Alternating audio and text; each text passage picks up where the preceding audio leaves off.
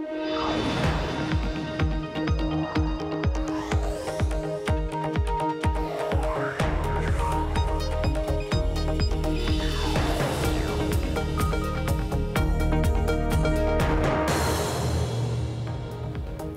Corey Johnson, in for Emily Chang, and this is Bloomberg Technology.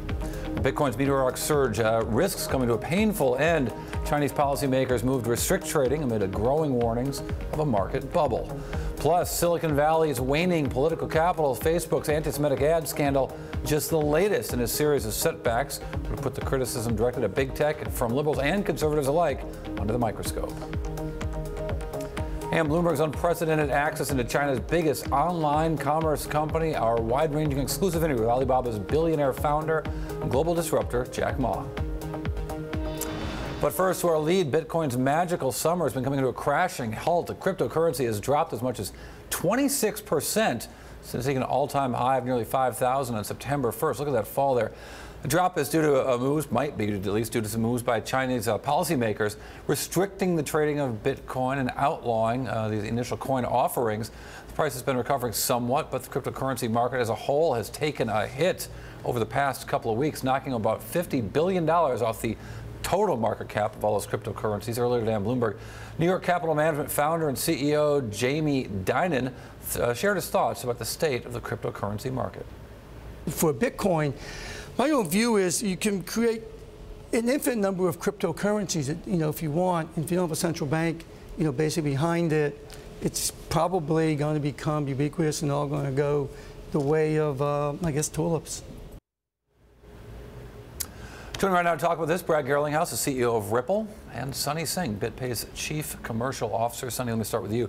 Well, this move in China, first of all, the move in Bitcoin this year has backed up everything you've been telling me for the last 3 or 4 years.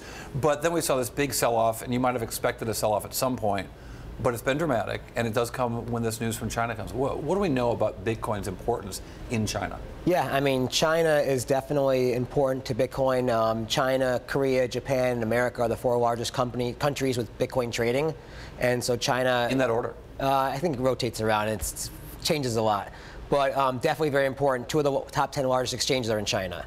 And so the government of China, banned ICOs last week, which started the kind of the downfall a little bit. ICOs are the initial coin offerings. Essentially, someone just says, hey, I got a cryptocurrency and it's worth this much, you need to buy some. Yep, and it was kind of getting to a frenzy media hysteria in China, so the government just came in and stopped and shut it down, actually, versus regulating it. And then now what the rumor has it is they've given the Bitcoin exchanges till September 15th to shut down too as well. And that's where you saw the selling happen. And this has happened before in China, where the government's forced the exchanges to shut down for a little bit. And what they do is they really start regulating more, add in more restrictions and rules to it, which is actually good for the industry, and they bring them back live again. Brad, from your perspective, and I know Ripple just deals with Bitcoin a lot, but this notion of cryptocurrency, and what does it mean for countries, places like China, if you can say there are other places like China, maybe not, to use these cryptocurrencies as a way to move money around and solve certain kinds of problems? Well, I think that really is at the core. I think that when you see real-world use cases, so you can use digital assets, you can use cryptocurrency to solve real-world problems and make payments more efficient, you can make security settlement more efficient, you can make trade finance more efficient. I think to the extent you're solving a real-world problem, there's real value in those tokens, in Bitcoin. If they're being used to buy and sell stuff, as opposed to just sort of speculation. Well, I very much believe that it's not just about speculation. Okay. I think Bitcoin increasingly has become, the use case for Bitcoin has really become the store of value. Gold historically has been a store of value, and that's a $9 trillion asset. Bitcoin is a store of value, the digital store of value, and today it's at a $65 billion asset. There's other digital assets. One of them is one Ripple uses, XRP. We're solving a payments problem. I believe that the more utility you drive, the more demand you're going to drive. And for most of these digital assets, you have fixed supply. If you have fixed supply and increasing demand, it's going to drive price up. And yeah, the scarcity value certainly does it if they're being put to use even more than this. They're just being speculative instruments.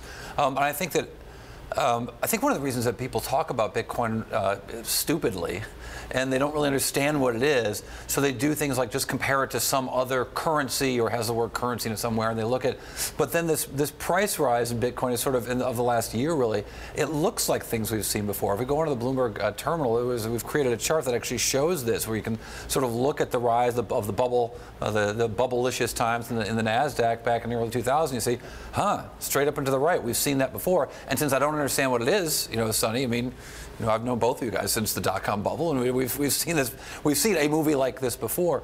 Convince our viewers that this is something different. Well, and again, I think most people know about Bitcoin because of the price rise, and they buy it and they hold it, or speculation and all that. But what you're really seeing, as Brad mentioned, is the pain point in solving around the world for payments, for e-commerce, right? So at BitPay, we'll process over $1 billion this year in payments. And that's, regular e-commerce merchants, but it's also businesses, actually, where it's cheaper, quicker than a wire, or a wire might take 3 days and 3% fee. We can move it for 1 day at a 1% fee, let's say. Well, I should back it up and explain really quickly what you guys do. Yeah, so we're the largest processor of Bitcoin in the world. We allow companies like Microsoft and Newegg to accept Bitcoin, and we convert it for them and set up them fiat currency. But we also allow a lot of large global brands to have their suppliers pay them in Bitcoin around the world, from like Nigeria or Latin America, where it might be cheaper and quicker than a wire. And I guess, Brad, last time we talked on radio, Bloomberg Radio, of course, people can check that out, Bloomberg Radio, Bloomberg.com/audio, and I encourage them to do that, or check us out on XM Sirius or in any of the terrestrial stations we have across the country. But you and I talked about this. We talked about the difficulty of closing Bitcoin transactions and the necessity of a fork to somehow change it, but they weren't going to accept it, the Bitcoin community. The Bitcoin community has accepted that, and that helped lead to that rise. Well, the Bitcoin community has accepted a fork today, and there's already rumors there may be another fork in the future. The point really I was making then, and I continue to make now, is that Bitcoin isn't going to be the panacea to solve all transactions. Payments, which is something that we think about a lot at Ripple, a Bitcoin transaction takes on average 4 hours today to settle.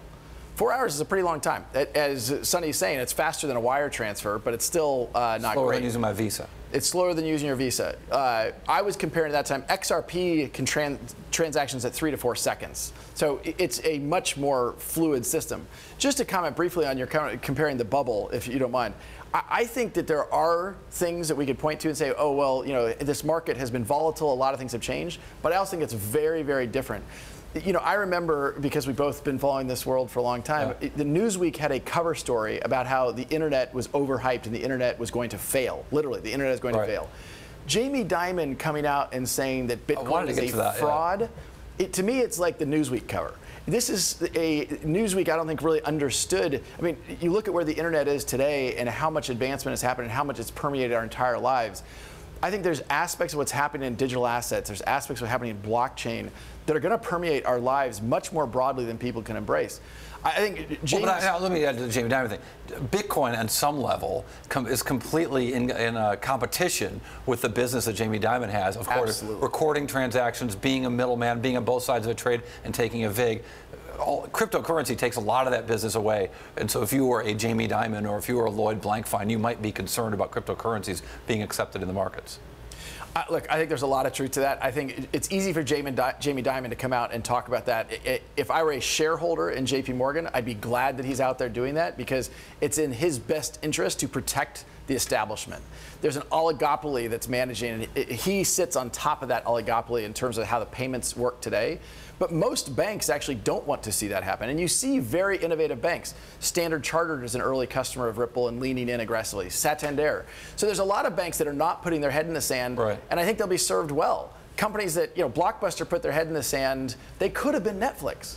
If you think about it, they had the relationships with customers, they had the relationships with the movie studios, but they put their head in the sand about what the future of the internet was going to enable, and now they're gone, and Netflix obviously is a very valuable company. Yeah, you see all the banks reaching out to companies like us and Ripple and all that, wanting to partner up, and even though Jamie is saying those things, his internal team is actually working with our companies to do pilots and try to figure out how to leverage this technology. Yeah, it does seem like he knows on one level what he's talking about, and maybe that's why he's saying what he's saying. Go figure. Sonny Singh, so good to see you. Sonny Always Singh a pleasure. BitPay, Brad Garlinghouse from Ripple. Thank you very much. Thanks for having us.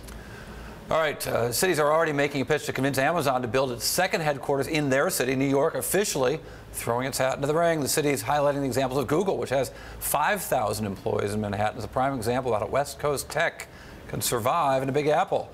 Amazon last week solicited proposals for its headquarters, second headquarters, which could cost more than $5 billion, be 50,000 jobs, and could last 15 to 17 years or so. New York has competition from other big cities, including Chicago and Boston, not the least of which Tulsa and Memphis. All right, Amazon set October 19 as a deadline for those proposals. Facebook opening its first artificial intelligence research lab in Canada. The social media giant investing more than $5.7 million. What'll be its fourth AI research lab overall. Facebook said it chose Montreal because of the students and professors surrounding the area and all those universities and a strong startup culture and favorable government policies. The lab will start with 10 researchers and aims to grow at more than 30 researchers in the coming year. Coming up, the political backlash against Silicon Valley heating up. Can tech giants turn the tide? We'll discuss next. And Bloomberg Technology is live streaming on Twitter right now. Check it out at Bloomberg Tech TV weekdays, 5 o'clock in New York, 2 o'clock here on the West Coast. This is Bloomberg.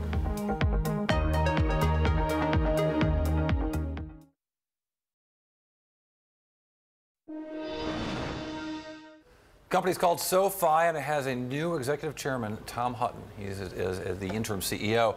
Move comes after co-founder Mike Cagney stepped down as the top job at the fintech startup amid accusations of sexual harassment or harassment. Either way, he shouldn't do that.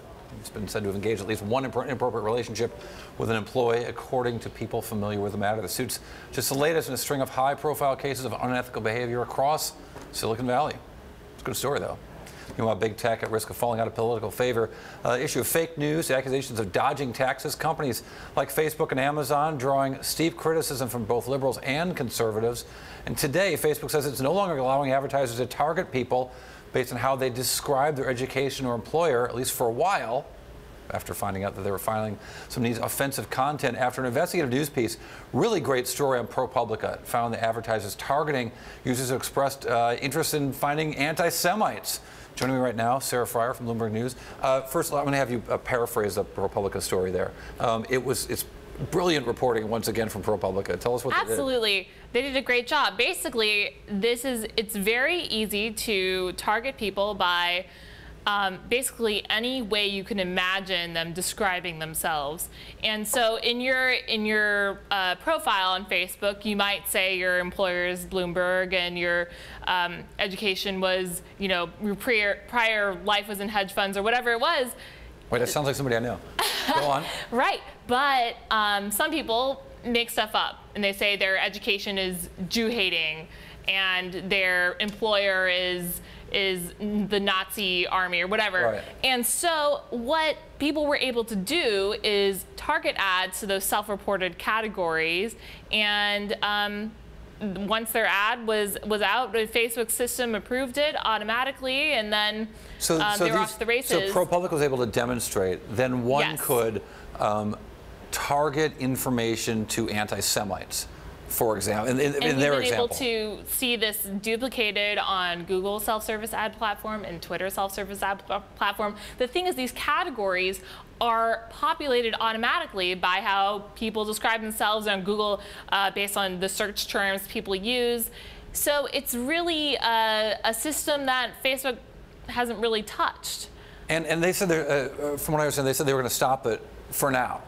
Well, until they Right. solve the problem, they're shutting down all targeting by interest and education. So you can't target Ivy League grads who currently have jobs in consulting Which somebody anymore. might want to do for Somebody might legitimate want to reasons. do, or So could this hurt Facebook's revenues? it could, yeah. in I mean, a meaningful way? this is a kind of way that's very popular for targeting, especially if you want to, in a community of college students, you want to target those students to come to your store. They've got to figure it out because what this whole effort by ProPublica has sort of exposed not too hard. They've exposed the problems with these self-service advertising systems. Well, but it's interesting. It comes on the heels of the revelations that Facebook said, oh yeah, some secret fake Russian groups used us, basically, and punked our consumers by giving them probably fake news. Well, something that people don't understand about that whole Russian effort is, they could have done it through Facebook and gone through sophisticated sales channels, but probably not. Probably they used a self-service targeting platform, just like ProPublica did in this story. And this shows you just how easy it is, if you're anybody, to use Facebook to target in very specific ways in specific regions, specific interests. You wouldn't have to have that much extra access to Facebook in order to pull it off. And so. But then the injury to our society is important here because of after the last election, and I don't know if you read this terrific piece in the Atlantic talking about the role of racism in the most recent election, and the notion that people could have been targeted to bring out their worst demons and indeed America's original sin, but intentionally motivated to do something, and Facebook helps them do that, is a sort of damning notion of what the technology of Facebook can do. Well, this is a moment of reckoning for these tech companies who, previously they might have just said, we're a reflection of what happens in the world, right? There's all sorts of people, 2 billion people plus, who use Facebook, and some of them are good people, some of them are bad people. They're just being people. Bad things will happen. Now we're getting to the point where we're questioning, okay, well, what is the responsibility of these tech companies to try to think about the edge cases for how their platforms may be used in ways that might hurt democracy, in ways that might manipulate people, in ways that may be untraceable in a campaign situation, right? If you're a TV station, you have to report to the government all the election-related ads. If you're Facebook, you don't. So this is a really trying time for these companies to try to explain themselves as kind of neutral platforms where everything's populated by the community and policed by the community, to now saying, okay, wait, we do have a responsibility here. We need to take some action above and beyond what to try to address this. If they truly want to. I mean, it does, Whether or not they want to, they're going to be, this is a moment where they could be regulated. Well, I'll believe that when I see it. Sarah Fryer, thank you very much. Sarah Fryer from Bloomberg News. Appreciate your time. All right, coming up, the electric car industry getting a supercharge coming from China. That's next. This is Bloomberg.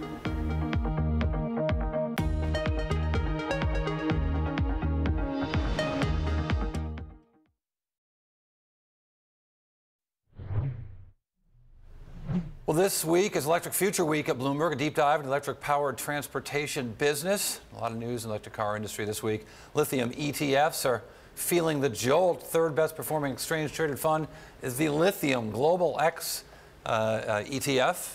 It's up as much as 10% this week. Why? Well, maybe because China said it's going to set a deadline for automakers to end sales of fossil fuel vehicles. That would be most vehicles. Joining right now to talk about the state of the electric car industry, Mark Wakefield, the head of automotive and industrial practice at Alixpartners. Mark, glad to have you. I think that this business is really interesting. The conversation about it tends to be all about Tesla. But talk to me about sort of competitively where we'll be, let's say, in 24 months. Who's going to be out there making electric cars? Yeah, the talk often is about Tesla. The Chinese news was big, and it's not new news in one sense because China's been pushing all of their automakers to move heavily towards electric cars. So really what we've seen in our electrification index when we looked at not just how many vehicles produced, but how much range is being sold, so a better weighting of electric cars, we saw a number of Chinese vehicles and a number of Chinese OEMs really pushing hard and having about half the amount of launches between here and 2020. Half of the launches will be from Chinese automakers. Wait, what do you mean? So how many launches are we talking about here? And give us a sense of sort of the global automobile industry and how it compares. Sure. Well, right now it's very small for the global industry. It's about 1% of the overall industry, so still on a very small percentage. China is probably going to be the one that takes electrification faster sooner. Europe is what we believe to be next, and North America next. And so you'll have different penetration rates in each of those. In China, we see 49 of the next platform launches, and a platform could have multiple vehicles on it. of the 103 platforms with that are being electrified between now and 2020, 49 of those are from Chinese OEMs. Wow. And what about Europe? What's happening in Europe with, Audi, Volkswagen, Porsche, Jaguar, BMW, Mercedes? Yeah, Europe is number 2, and very big differences between one country and another. France has a lot of longer range electrification, and so is taking it quite seriously. You've got some small, fairly wealthy countries. Norway is a prime example of having almost 11% electric cars at the moment. And so you're seeing Europe take it quite seriously, and particularly in city cars and in smaller range cars outside of France. It's interesting, too, that I don't have a real sense of where the automakers are in terms of what their plans are to release vehicles. I mean, you're talking about sort of what the market's going to be underlying that, but I wonder who the winners and losers might be. Yeah, people are a bit nervous about going too fast too soon because it's costly at the moment. An electric vehicle doesn't cost the same as an internal combustion engine vehicle at the moment. And depends on the use case. Some delivery trucks, some small cars might get cost neutral in the next decade, in the early part of the next decade. Some other cars in the later part of the next decade. It all really depends on the battery price predominantly coming down. And at the moment, they're much more expensive. And so automakers are a bit nervous about it. Some are taking a longer term bet and going heavily into it, and some are taking more of a wait and see. Mark Wakefield, thank you very much. Managing partner at Alixpartners Mark Wakefield. All right, coming up, we're going to be unprecedented exclusive access to top executives of Alibaba, including Jack Ma, who's dancing like a crazy rich fool because he's selling billions of dollars in stock. You'd be dancing too. Look at him go. Really?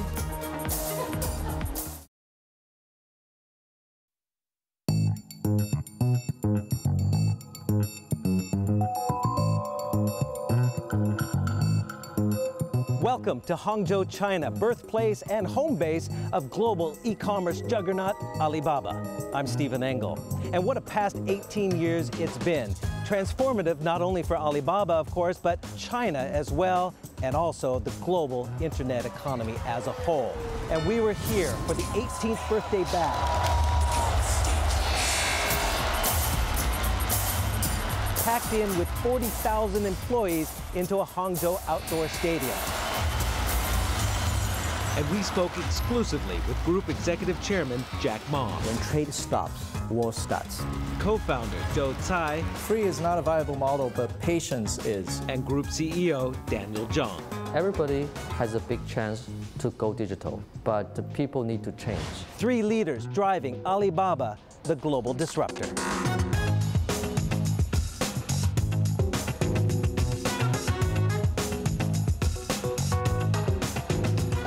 It was a humble beginning for Jack Ma and Joe Tsai as they co-founded Alibaba in 1999.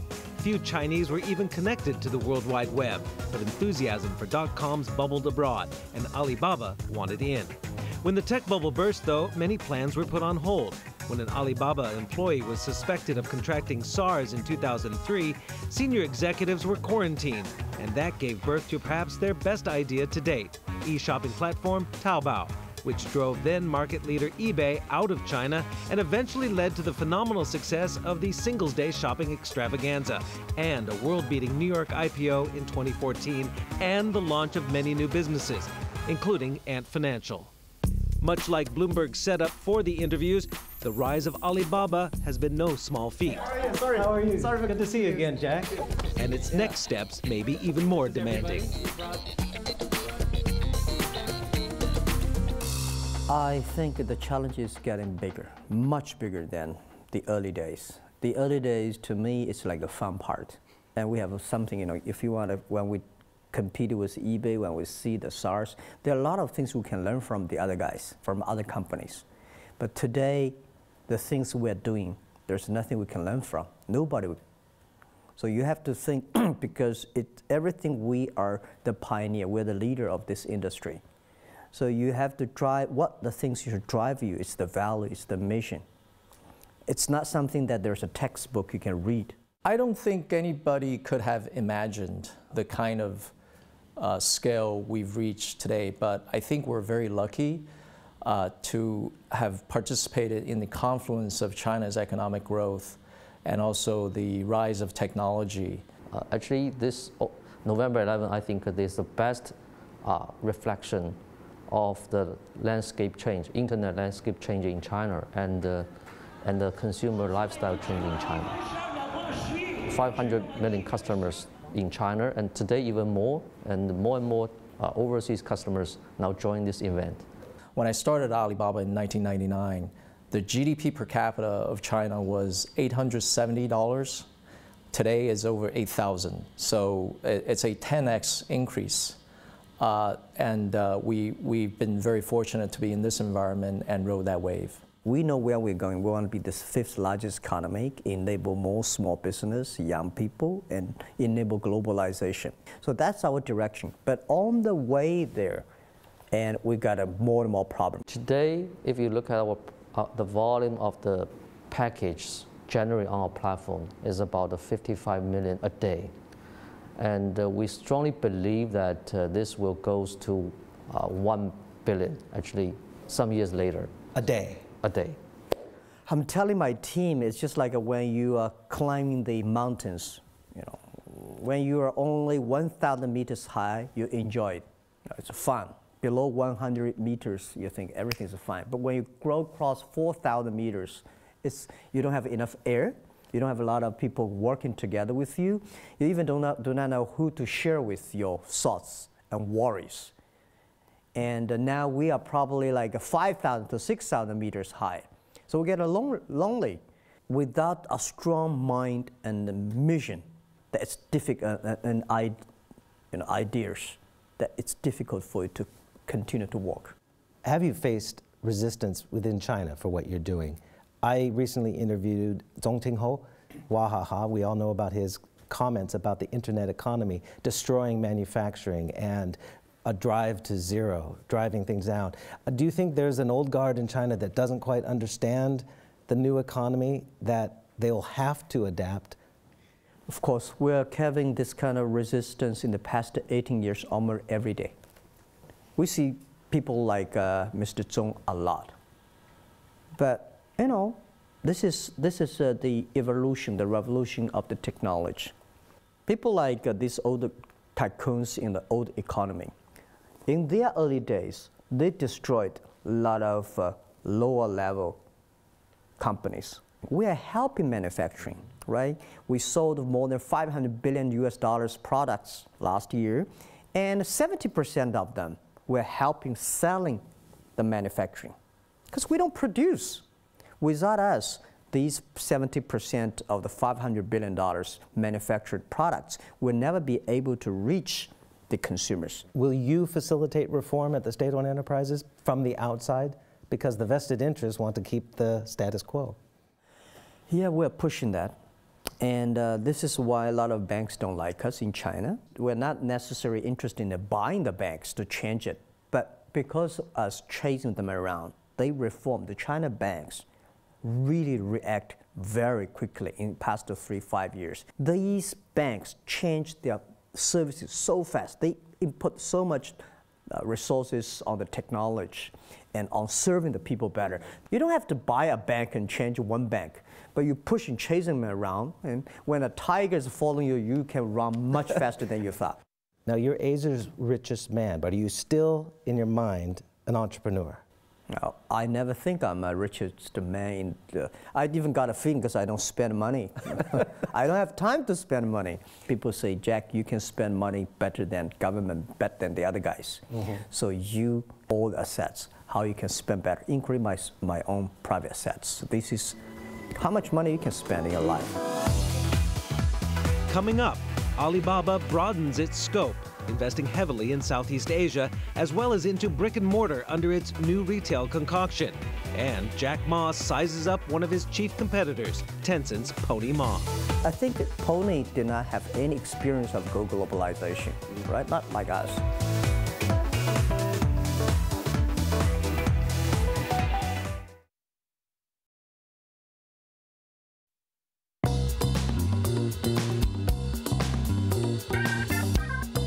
Having conquered e-commerce, Alibaba is broadening its user ecosystem by investing heavily in areas like cloud computing, logistics, digital entertainment, and even brick-and-mortar retailing by marrying the online and offline worlds through its Hema supermarkets, as well as the cashless and cashierless convenience stores. It begs the question, is Alibaba moving away from its long-standing asset-light model? When you're young, tiny, light model is good. When you are strong, big, think about you need heavy things. For today's Alibaba size, you should not leave the heavy model to the others. If something, you have to do it because the infrastructure building up, you have to invest. We want to change the consumer experience because you now have this growing middle class in China whose expectations and demands are being elevated. Online, offline, we cannot separate. They need to do the digital transformation. All the Chinese brick-and-mortar retail formats will be upgraded or even redefined. I think Hema is just one, actually, is our baby. We want to incubate successful model.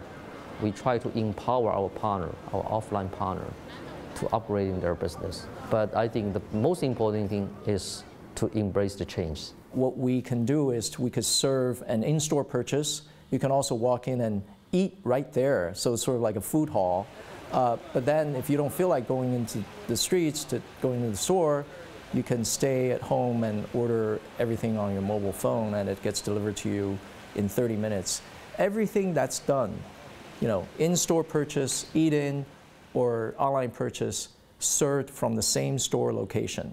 Obviously, Alibaba also investing heavily into Southeast Asia, into India as well. Can this model, this new retail model as well, be implemented, and will you implement that as you expand in Southeast Asia? I would say yes. I think new retail is not only applicable to China, it's applicable to all the markets globally. I think Southeast Asia over the next 5 or even 10 years will be a game of penetration, with e-commerce taking more share of overall retail. Today, I think as a whole market, Southeast Asia is probably less than 3% e-commerce penetration. Right. Specifically to Indonesia, this year they'll have less than $15 billion of GMV this year for the whole country. So there's a lot of growth opportunities. Well, always think about the future. So what the Alibaba to our size today, you have to think about what you can do in 10 years later. What are the key things? There is a competition. Alipay has been lonely running around for 10 years, no competitor, which is good for Alipay, but it's not good for the mission we want to do.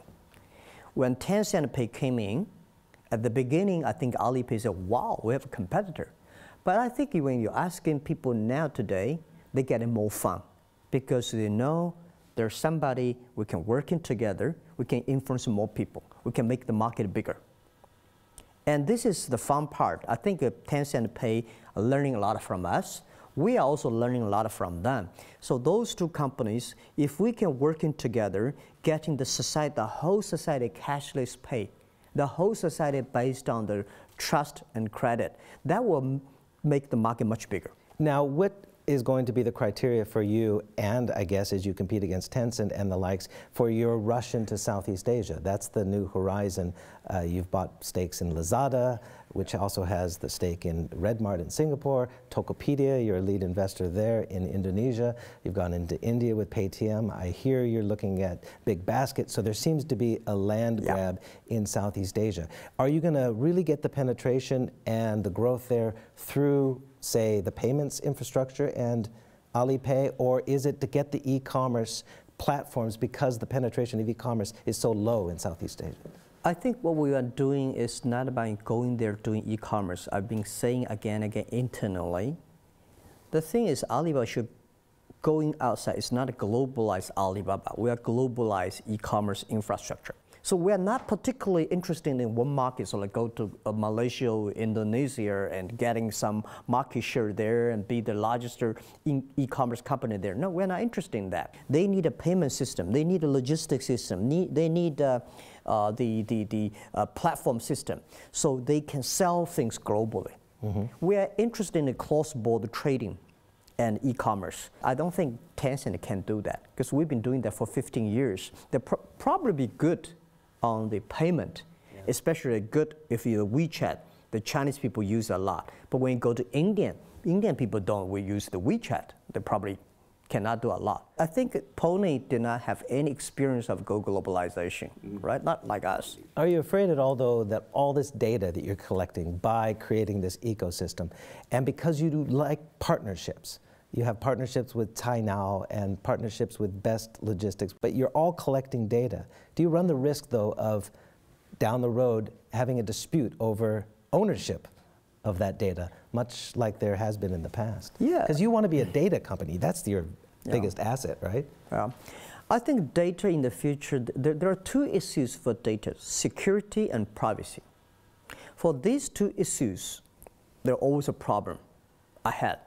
So you have to be very, very, very careful about security of the data and privacy of the data. Based on that, but you have to go forward. Not like in Europe, they worry a lot. When you worry, you don't know what to do. You have to go when you have a problem, solve the problem. Go ahead, solve the problem. How valuable, though, is that data? It must be extremely valuable. Its data is so new to everybody. And it takes time to educate. If the data does not flow, meaningless. So I think today it's good everybody, every government start to worry about data, pay attention to data. But how to operate the data in a proper way that can improve the society, improve people's life, that is something the next 5-10 years is going to be critical. At the beginning, nobody cared about data. Later, everybody take together. Just like last century, at the beginning, nobody take care of like the oils. And now later, everybody loved the oil. Now, for the oil, they would love to have the wars. Up next, Alibaba's New York listed shares are on a tear, but does Jack Ma think we're heading for another popping of a tech bubble? If you're not that greedy, if you're not that stupid and crazy, it's easy to survive today and yesterday.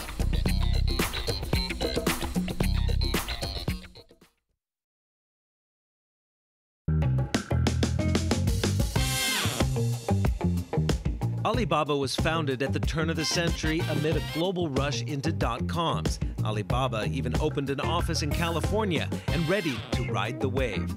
Jack Ma, though, saw the frothiness and poor business models of others and correctly predicted the dot-com collapse in 2000.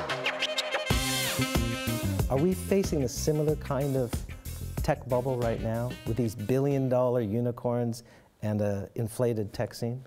Are there any similarities? No. None? No, not that much.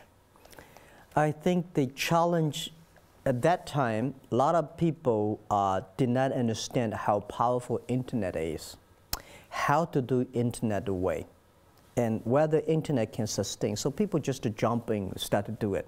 And I find a lot of people have crazy ideas, but does not know how to operate.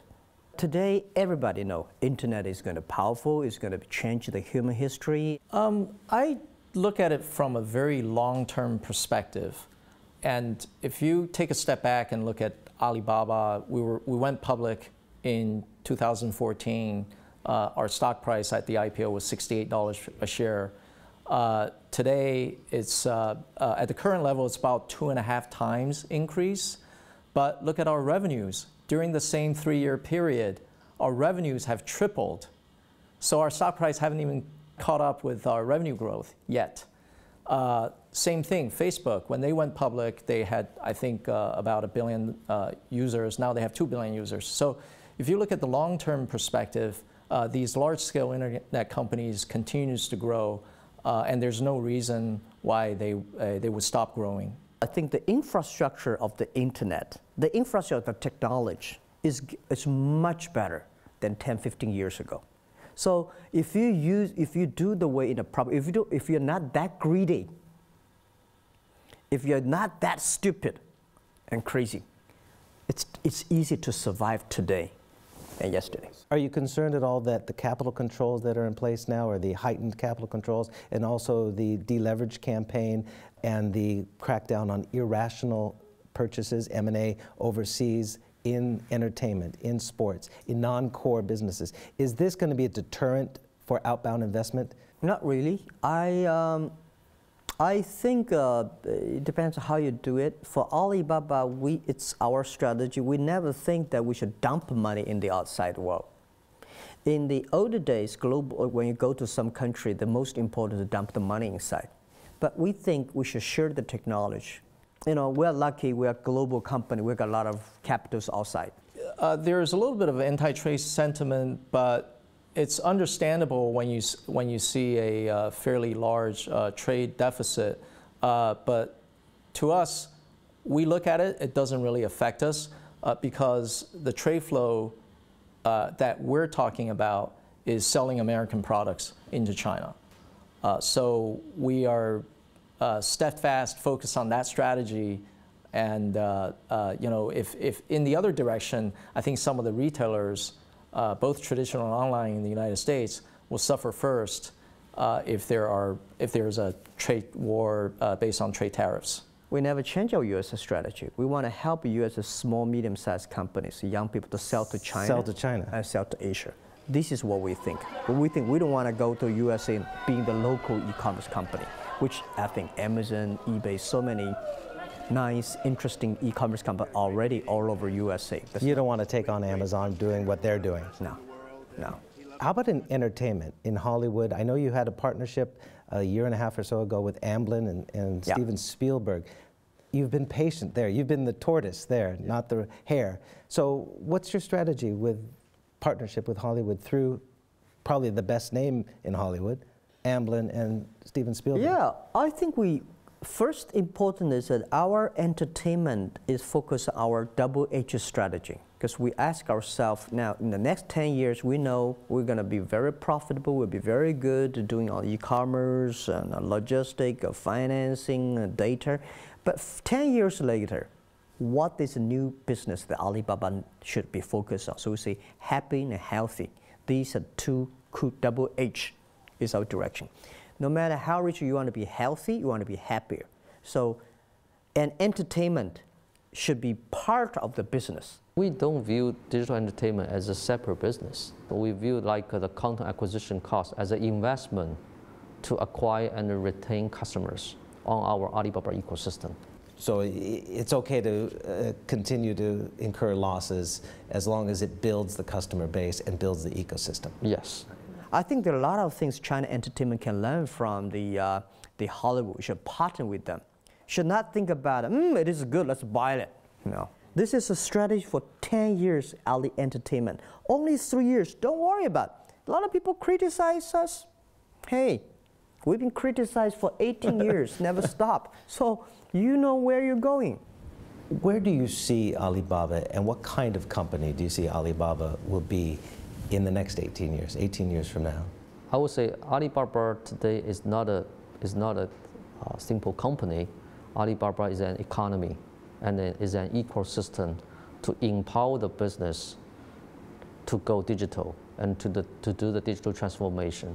Of course, I think we want to be bigger, but I think the most important thing is quality. I think the business mix will change, will always change because we will follow what our customers want. But the important thing is Alibaba 5, 10, 20 years from now will still be the same company when it comes to our mission to make it easy to do business anywhere. And I think 18 years is enough for us to improve globalization instead of killing globalization. And anti-trade, I believe when trade stops, war starts. All right, so people start to trade. We can only fight orally, but never fight with fist. So I think this is the mission. This is the responsibility for Alibaba to improve globalization. Thank you so much. Thank you. Thanks.